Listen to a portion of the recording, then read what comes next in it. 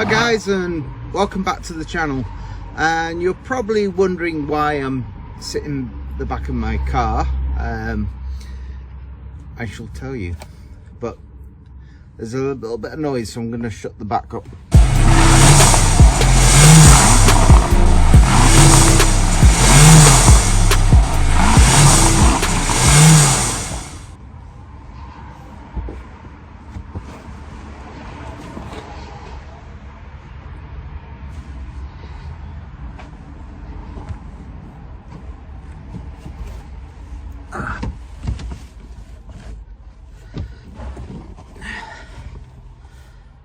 Right, so the reason for this video is I've come to a crossroads with the Ford Gear X that I'm sat in the back of. Do I carry on repairing it, which is the whole basis of this channel, is saving old cars? It currently needs the timing belt changed. It's a job that I'm not confident enough to do it myself.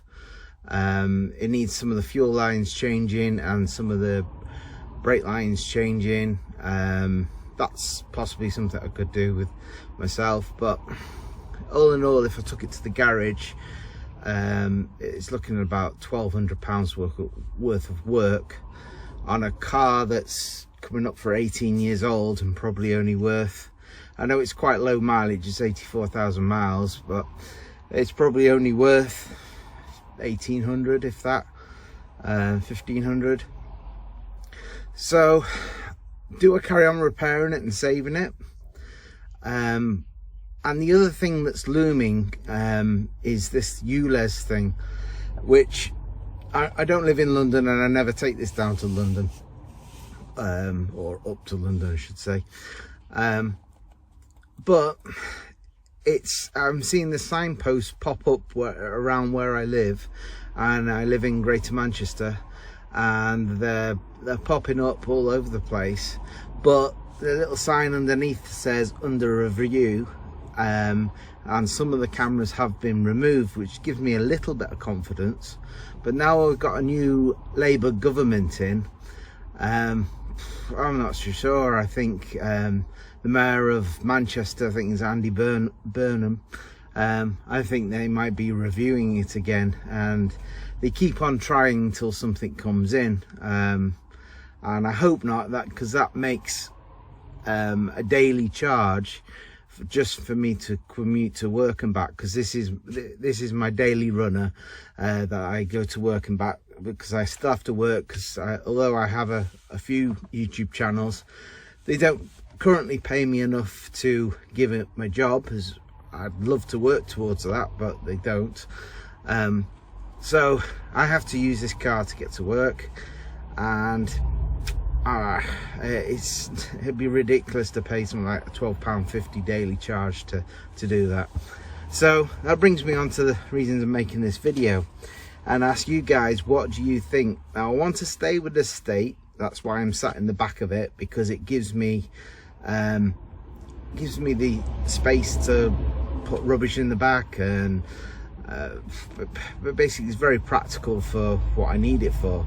So I've been looking at other estates, and I've been on Auto Trader, and I've picked out some potential cars that are all, my maximum budget is £11,000, and I wanted to see what I could get for my money that complies, if they do bring in this ULEZ, it complies with their current guidelines.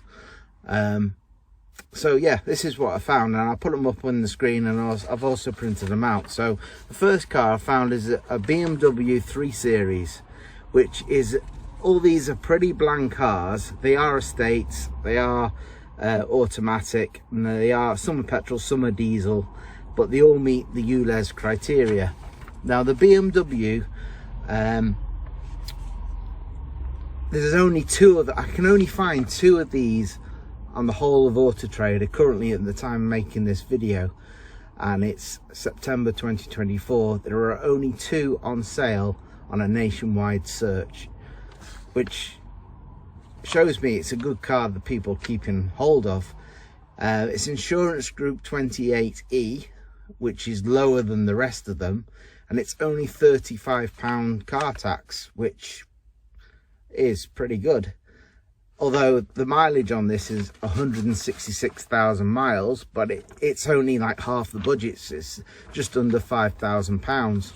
So it's a good contender because there are only 2 available, and the other one available was near closer to 180,000 miles.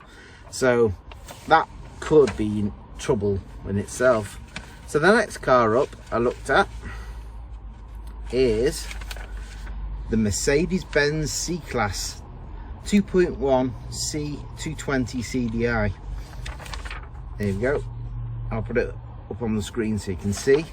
So this one is a higher insurance group at 32E and a higher tax bracket, a much higher tax bracket of £190 compared to the BMW at £35 for essentially what is a similar size engine, and it's all on these ridiculous emissions, although this one is also ULEZ compliant.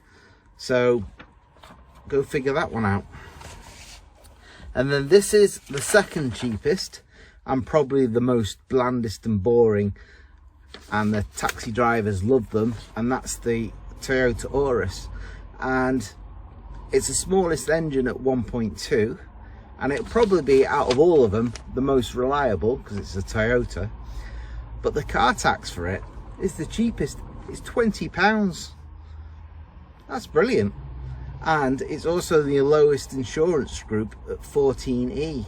So yes, it might be bland, but if you want a car that's a load lugger and it's cheap to run and it's only done 36,000 miles, it's a pretty strong contender, I would say.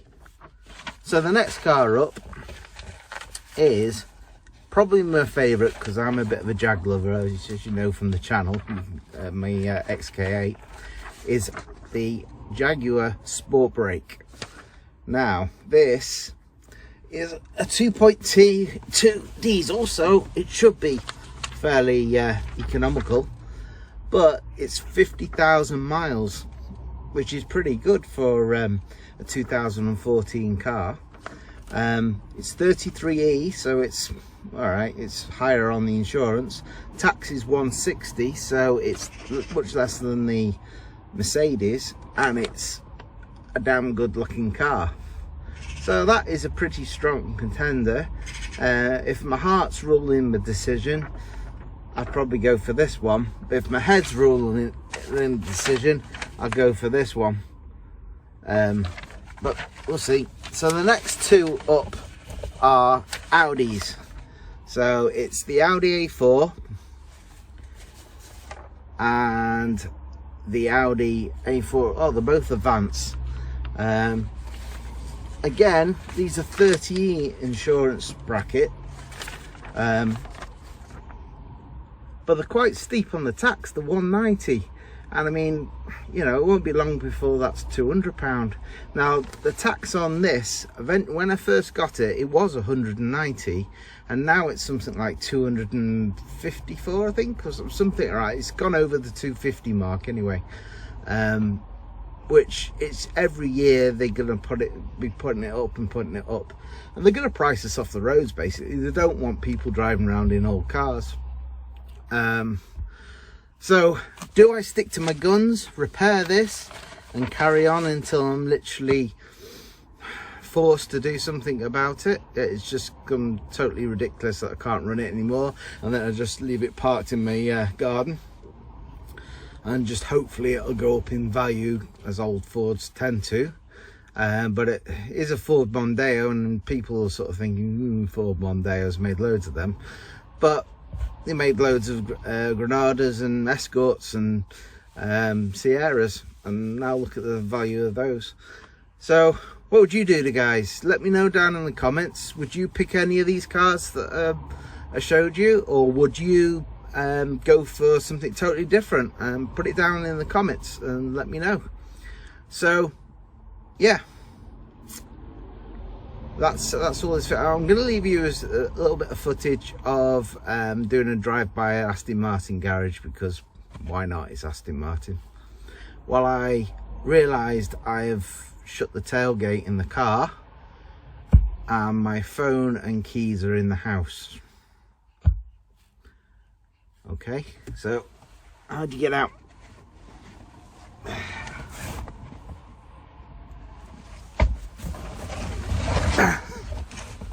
Yeah, I know this doesn't make great content, but I'm literally locked myself in the car.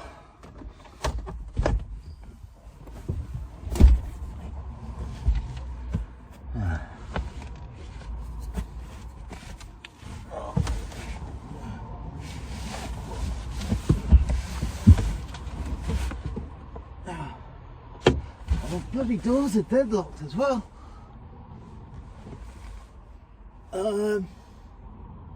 Right, so like and subscribe, and I'll work out how to get out a car that's deadlocked. I've got no keys and no telephone. Cheers, guys.